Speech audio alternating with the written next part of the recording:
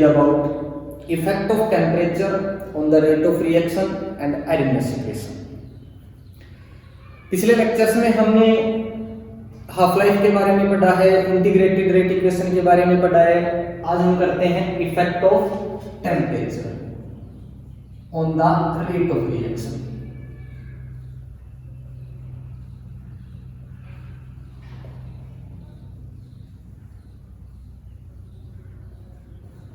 Temperature का rate of reaction पे क्या इफेक्ट होता है?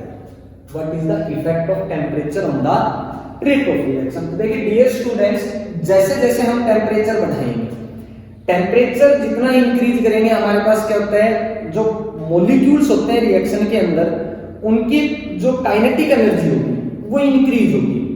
और जैसे जैसे काइनेटिक एनर्जी इंक्रीज होगी उतना ही क्या होगा, मॉलिक्यूल्स के बीच इफेक्टिव कोलिजन जो है वो इंक्रीज होगा. और जैसे जैसे इफेक्टिव कोलिजन इंक्रीज होगा, रेट ऑफ रिएक्शन क्या होती है, इंक्रीज होती है. That is we can say that, हम कह सकते हैं कि ऑन इंक्रीजिंग टेम्परेचर, जितना हम टेम्परेचर इंक्रीज करेंगे, rate of reaction increase. Reaction की रेट क्या होगी, इंक्रीज होगी. क्यों? बिकॉज ऑन इंक्रीजिंग टेम्परेचर, जितना हम टेम्परेचर इंक्रीज करेंगे, average kinetic energy of the molecules increases, and due to this effective collisions increases, या फिर कह सकते हैं effective collision between the molecules increases. Hence rate of reaction increases. Rate of reaction क्या होगी, इंक्रीज होगी. और एक चीज याद रखना हमेशा, every 10 kelvin rising temperature, at every 10 kelvin increase या रेजिंग टेम्परेचर, हर 10 केल्विन टेम्परेचर पे जितना आप इंक्रीज करते जाओगे, तो हर 10 केल्विन टेम्परेचर इंक्रीज करने पर रेट ऑफ रिएक्शन, जो रेट आएगी रिएक्शन की, becomes double. Rate of reaction क्या हो जाएगी, डबल हो जाती है. और जो रेट ऑफ रिएक्शन जो डिटरमाइन की जाती है, वो डिटरमाइन की जाती है in term of temperature coefficient. Rate of reaction determine in term of temperature coefficient. और जो टेम्परेचर कोफिशिएंट आपका होता है, temperature coefficient is denoted by n. और ये कैलकुलेट आपका जो किया जाता है, वो कैलकुलेट किया जाता है कि आपकी जो रेट ऑफ रिएक्शन जो होती है वो एट टेम्परेचर T के rate of reaction at T, temperature जो T है वो प्लस 10 केल्विन, और rate of reaction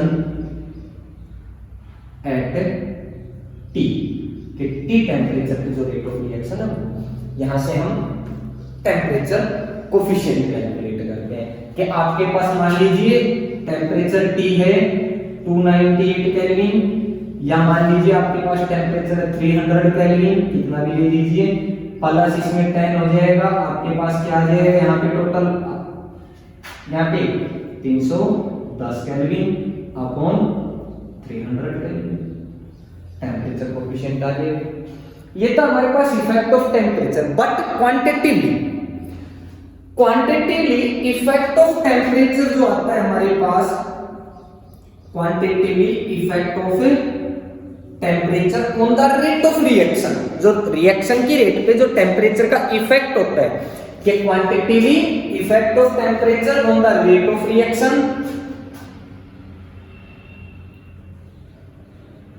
rate of reaction and hence on rate constant.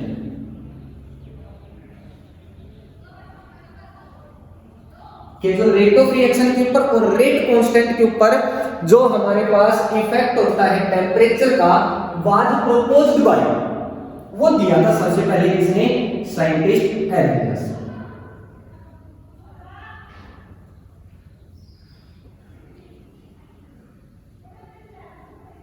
Arrhenius scientist ने दिया था, जिसने कब दिया था ये 1889 में, इन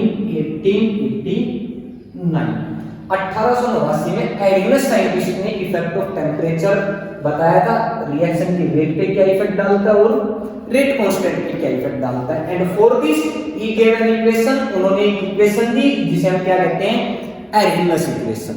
वो जो एरहिनस इक्वेशन है वो क्या है हमारे पास, एरहिनस इक्वेशन आती है कि एक्सप्लेन एरहिनस इक्वेशन या फिर एक्सप्लेन इफेक्ट ऑफ टेम्परेचर। तो इफेक्ट ऑफ टेम्परेचर तो 2 मार्क्स का आता है जो हम टेम्परेचर कोफिशिएंट तक करते हैं। अब आता है कि एरहिनस इक्वेशन जो आती है वो क्या आती है। तो एरहिनस इक्वेशन हमें दी थी साइंटिस्ट एरहिनस ने 1889 में। क्या दिया था एरहिनस ने कहा था कि K is equal to A e to the power minus EA upon R। This is the Arrhenius equation number first. This is the Arrhenius equation where आपके पास K क्या है, where K is equal to rate constant,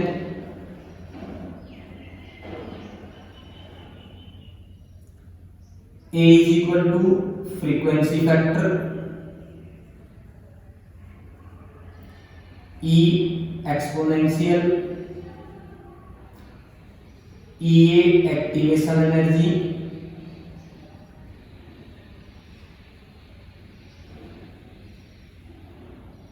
R आपके पास gas constant है, वही R की value क्या आएगी 8.314। T आपके पास SI यूनिट में क्या है, मैंने T इज इक्वल टू क्या है आपके पास temperature, T is the temperature. तो अब बात करते हैं हम एरहिनस इक्वेशन की। तो हमारे पास ये K आपके पास रेट कांस्टेंट है, E exponential, A frequency factor, EA activation energy, R gas constant, T आपके पास temperature. Taking natural log on both side,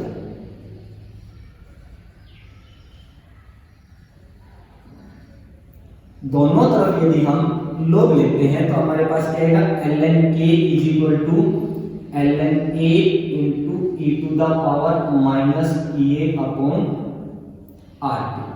हमारे पास यहां से क्या आ जाएगा, ln K is equal to ln A plus ln e to the power minus EA upon RT। ये कहां से आया, बिकॉज हमें पता है कि log A इंटू B क्या होता है हमारे पास, is equal to log A plus log B। Math में फॉर्मूला आता है log A इंटू B क्या होता है, log A plus log B। तो हमारे पास क्या आ जाएगा ln A, ये हमारे पास A, ये हमारे पास B, ln A plus ln e to the power minus E upon RT। We get ln K is equal to ln A plus ln e to the power minus E upon RT में क्या होगा, power आगे आ जाएगी, ये minus हो जाएगा, minus EA upon RT into ln E। Natural log exponential cancel each other, क्या आ जाएगा हमारे पास ln K is equal to ln A पर माइनस E अपॉन RT, यही आएगा। दिस इज इक्वेशन सेकंड, ये इक्वेशन सेकंड है। अगर इस इक्वेशन सेकंड को कंपेयर करें हम, comparing equation second with straight line equation, जैसे हमने इंटीग्रेटेड रेट इक्वेशन में कंपेयर किया था, स्ट्रेट लाइन इक्वेशन क्या होती है हमारे पास, y is equal to mx plus c। इसी तरह अगर हम y को x के अगेंस्ट प्लॉट करते हैं, slope will be m and intercept है c। Same as if we plot ln k, if we plot ln k against 1 by t, 1 by t के अगेंस्ट प्लॉट करेंगे क्योंकि ये क्या e upon r into 1 by t लिख सकते हैं। if ln k plotted against 1 by t, then आपके पास slope of line क्या आएगा, slope will B e upon r and intercept intercept क्या है हमारे पास ln, we get intercept ln a with a straight line graph, straight line graph आएगा आपके पास और वो ग्राफ बना सकते हो कि ये आपके पास ln k 1/t के अगेंस्ट प्लॉट करोगे, ग्राफ ये आएगा where this is the slope e upon r, ये स्लोप ऑफ लाइन है, यहाँ पे आपके पास intercept ln a। Is that clear? अभी हमने आगे और सोल्व करना है इसको कि आपके पास मान लीजिए ln, ये इक्वेशन आई है second, ln a is equal to ln a minus e upon rt। मान लीजिए हमारे पास लेंथ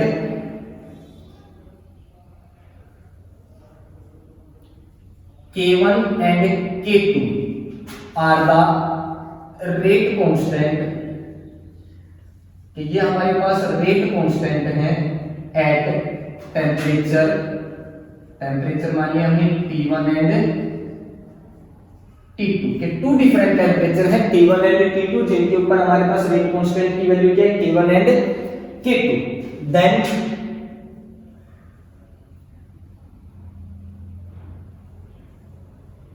क्या आ जाएगा हमारे पास, अगर हम T1 टेम्परेचर है एट T1 ले तो हमारे पास इक्वेशन सेकंड क्या बन जाएगी, ln k की जगह ln k1 is equal to ln a minus ea upon r T1, this is equation third. At T2 पे क्या आएगा ln k2 is equal to ln a minus ea upon r T2। ये हमारे पास यहाँ पे दो इक्वेशन आ जाएंगी। अब हमारे पास नेक्स्ट क्या करना है, सब्सट्रैक्ट कर दो, subtracting equation third from equation fourth. Equation third को फोर में से सब्सट्रैक्ट कर दो, क्या आएगा ln k2 minus ln k1 is equal to क्या आएगा ln a same as minus e upon r T2, ये सेम रहेंगे। ये सब्सट्रैक्ट करना है तो माइनस ln a और ये माइनस का प्लस हो जाएगा e अपॉन r T2। या फिर अगर आप देखो यहाँ पे ये ln a minus e upon r T2, इसको ब्रैकेट में लोगे, यहाँ पे ये माइनस था, अभी ब्रैकेट खोलोगे तो क्या आ जाएगा आपके पास, ये तो माइनस रहेगा, आगे ब्रैकेट हटाओगे दिस बिकम्स पॉजिटिव। हमारे पास क्या है ln k2 minus k1 is equal to ln a minus e upon r T2 minus ln a plus e upon r T1। ln a से ln a कैंसिल, क्या आ गया ln k2 minus k1 क्या बन जाएगा ln k2 upon k1। क्यों? Because log a minus log b क्या होता है, log a by b is equal to क्या आ जाएगा ea upon r T1 minus e upon r T2। यहाँ पे लिख देना because log a minus log b is equal to क्या होता है log a by b। Is that clear? आगे हम कॉमन लें तो कॉमन क्या आ जाएगा ln k2 upon k1, ln से सेम एज, यहाँ पे कॉमन क्या है e अपॉन r, क्या आ गया हमारे पास यहाँ पे 1 upon T1 minus 1 upon T2, ठीक है। Simply we can write ln k2 upon k1 is equal to e upon r, क्या आ जाएगा हमारे पास T1 T2 एलसीएम, क्या आ जाएगा यहाँ पे T1 T2 T2 minus T1 आ जाएगा। दिस इज इक्वेशन नंबर 5 या fifth equation. From this equation, इस फिफ्थ इक्वेशन से अगर हमारे पास if we have two different temperature T1 and T2, अगर T1 एंड T2 की वैल्यू आपके पास है, आपके पास टू डिफरेंट जो आपके पास T1 T2 के ऊपर जो रेट कांस्टेंट की वैल्यू है वो है आपके पास, तो rate if we have the value of different temperature T1, T2 and value of rate constant K1 and K2, we can easily calculate the activation energy E. हम इजीली कैलकुलेट कर सकते हैं। इसी तरह अगर आपके पास एक्टिवेशन एनर्जी की value दे रखी है, to different temperature T1 T2 दोनों दे रखे हैं, एक आपके पास रेट कांस्टेंट की वैल्यू दे रखी है, दूसरे रेट कांस्टेंट की वैल्यू इजीली कैलकुलेट कर सकते हैं। तो इसके ऊपर न्यूमेरिकल भी आते हैं या फिर आपके पास सीधा क्वेश्चन आता है कि एक्सप्लेन एरिनस इक्वेशन, कि आपने एरिनस इक्वेशन कैलकुलेट करनी है कि कैसे आप इसको ड्राइव करते हैं एरिनस इक्वेशन को। Is that clear?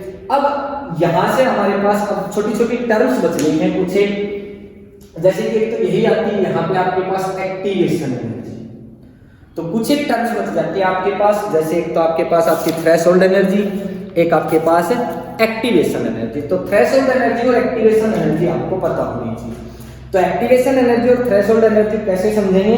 देखिए थ्रेशोल्ड एनर्जी तो होती है मिनिमम अमाउंट ऑफ एनर्जी, वो कम से कम एनर्जी मॉलिक्यूल्स के पास जो होनी चाहिए। कितनी मिनिमम एनर्जी? कि उनके बीच जो कोलिजन हो वो इफेक्टिव हो, कि भाई कम से कम वो minimum amount of energy possessed by the molecules that the collision between may be effective, कि उनके बीच जो कोलिजन आना चाहिए वो क्या होना चाहिए? इफेक्टिव कोलिजन हो। तो उसके लिए जो मिनिमम एनर्जी होनी चाहिए वो क्या है? Threshold energy. फॉर एग्जांपल हमें बाइक चला रहे हैं, नॉर्मली हम 50 की स्पीड पे बाइक चलाते आ रहे हैं, सामने हमारे पुलिस खड़ी है, उस पुलिस ने बैरियर लगा रखे हैं, अब हमारी बाइक 50 पे चल रही है, अब हमने रुकना नहीं है पुलिस के सामने, तो हम जो 50 पे चल रहे हैं वो तो हमारी क्या है? एवरेज काइनेटिक एनर्जी है, जो हमारे अंदर जो एवरेज स्पीड है, जो हम चल रहे हैं वो तो हमारी एवरेज स्पीड है। लेकिन हमने वहां पे उन बैरियर के पास रुकना नहीं है, उनको क्रॉस करके भागना है। तो क्रॉस करके भागने के लिए हमें स्पीड कितनी चाहिए कि हम निकल सके? कम से कम 80 की। लेकिन हमारी स्पीड कितनी है? 50 की। तो जो हमें चाहिए होनी कितनी चाहिए हमारे पास स्पीड? जो स्पीड होनी चाहिए मिनिमम स्पीड इतनी होनी चाहिए, हम उनके हाथ नहीं आएंगे। तो वो जो मिनिमम स्पीड होनी चाहिए 80 की स्पीड, वो 80 की स्पीड हमारे पास क्या है? थ्रेशोल्ड स्पीड है। इसी तरह मॉलिक्यूल्स के पास एनर्जी, एवरेज एनर्जी, वो आपस में कोलिजन कर रहे हैं, रिएक्शन नहीं हो रही है, डू नॉट हैव, कोई बात नहीं, लेकिन वो क्या बोलते हैं? उनके पास एवरेज काइनेटिक एनर्जी है, कि जो कोलिजन कर रहे हैं वो उनकी एवरेज एनर्जी है। लेकिन वो कोलिजन इफेक्टिव हो उसके लिए जो मिनिमम एनर्जी चाहिए कि हमें बैरियर तोड़ना है, 80 की स्पीड लेनी है, वो 80 की स्पीड हमारे पास थ्रेशोल्ड। इसी तरह मॉलिक्यूल्स के बीच कोलिजन हो रहा है, वो कोलिजन इफेक्टिव हो कि रिएक्शन हो जाए, प्रोडक्ट बने, तो जो मिनिमम एनर्जी जो होनी चाहिए, जो मिनिमम एनर्जी हो वो क्या है? Threshold energy. तो minimum energy possessed by the molecules that possess the effective collision between the molecules is known as threshold energy। अब आती है एक्टिवेशन एनर्जी। एक्टिवेशन एनर्जी यहीं से पता चल जाता है कि एक्टिवेशन एनर्जी क्या होती है? एक्टिवेशन मतलब किसे है? एक्टिवेट मींस चालू करना, शुरू करना, किसी भी रिएक्शन को शुरू करने के लिए, कि रिएक्शन शुरू हो जाए, शुरू करने के लिए जो एनर्जी दी गई है वो एनर्जी क्या होगी? Activation energy. अब रिएक्शन शुरू करने का मतलब क्या है? प्रोडक्ट बनाने शुरू हो जाए, मतलब कि उनके बीच प्रोडक्ट बनाने शुरू कब होंगे?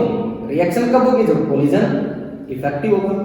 इफेक्टिव कोलिजन होने के लिए जो एनर्जी चाहिए वो तो थ्रेशोल्ड हो गई। अब उनके अंदर क्या है? थ्रेशोल्ड एनर्जी है नहीं, इफेक्टिव कोलिजन नहीं, तो उनको हमने कुछ एनर्जी दी, मतलब हमारी स्पीड 50 पे थी, 80 हमें करनी ही करनी है, हमने स्पीड कितनी दी? 30 की स्पीड और दी कि हमारी 80 की पहुंच जाए, हम निकल जाएंगे।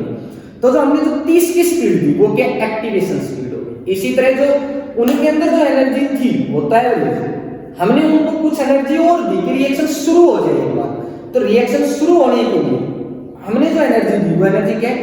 एक्टिवेशन एनर्जी है। मतलब जितनी होनी चाहिए थी वो क्या है?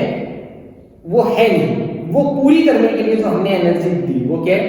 एक्टिवेशन एनर्जी है। तो ये हमारे पास दो चीजें आती है, threshold energy and activation energy. तो हम कह सकते हैं एक्टिवेशन एनर्जी का फॉर्मूला क्या आएगा कि एक्टिवेशन एनर्जी जो हमारे पास होगी ये क्या आ जाएगी कि activation energy is equal to क्या होती है? Threshold energy minus average kinetic energy. कि जो थ्रेशोल्ड एनर्जी होती है वो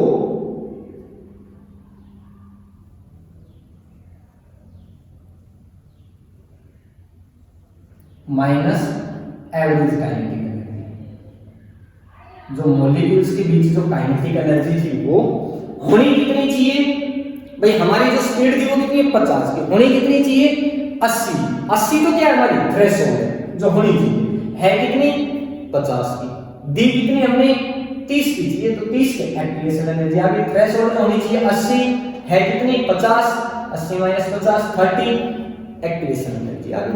तो एक्टिवेशन एनर्जी क्या होती है, थ्रेशोल्ड एनर्जी माइनस एक्टिवेशन, ये sorry threshold energy minus average kinetic energy. एक तो ये टर्म आते हैं हमारे पास, दूसरा आता है हमारे पास सूडो यूनिमोलिकुलर रिएक्शन या सूडो फर्स्ट ऑर्डर रिएक्शन, ये आता है हमारे पास सूडो फर्स्ट ऑर्डर रिएक्शन।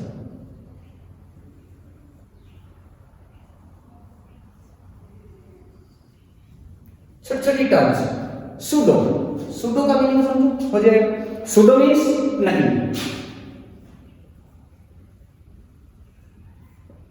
नकली मीन्स जो दिखाई जैसा देता है वैसा है नहीं, सूडो नकली मीन्स हमारे पास रिएक्शन कुछ एक ऐसी होती है जो दिखाई देती है फर्स्ट ऑर्डर रिएक्शन, कि भाई ये फर्स्ट ऑर्डर की रिएक्शन है लेकिन एक्चुअल में वो रिएक्शन फर्स्ट ऑर्डर की नहीं है, उन्हें हम क्या कहते हैं, सूडो फर्स्ट ऑर्डर रिएक्शन कहते हैं। Means reactions which are not first order reaction, reactions which are not first order reaction, तो फर्स्ट ऑर्डर रिएक्शन है नहीं बट अंडर सर्टेन कंडीशंस, कि उनके ऊपर यदि हम कंडीशन लगा दें under certain conditions act as pseudo act as first order reaction, के जो फर्स्ट ऑर्डर की है नहीं लेकिन under certain condition act as first order reaction, वो फर्स्ट ऑर्डर रिएक्शन की तरह बिहेव करती हैं, दैट रिएक्शन या those reactions are known as pseudo first order reactions. For example आपके पास एसिड कैटालिस्ट रिएक्शन होता है केन शुगर का,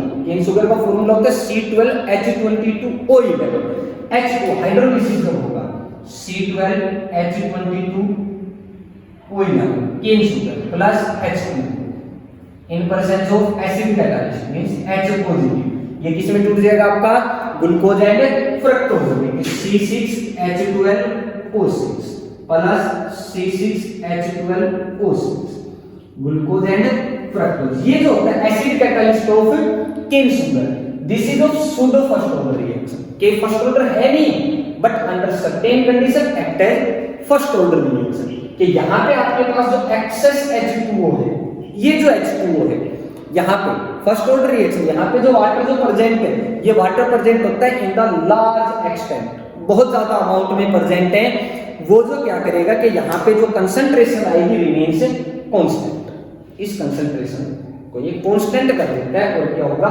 act as first order reaction, कि सूडो फर्स्ट ऑर्डर रिएक्शन है, फर्स्ट ऑर्डर की तरह बिहेव करती है but are not truly first order reaction, first order reaction असल में है नहीं लेकिन बिहेव करती है। Is that clear? Thank you.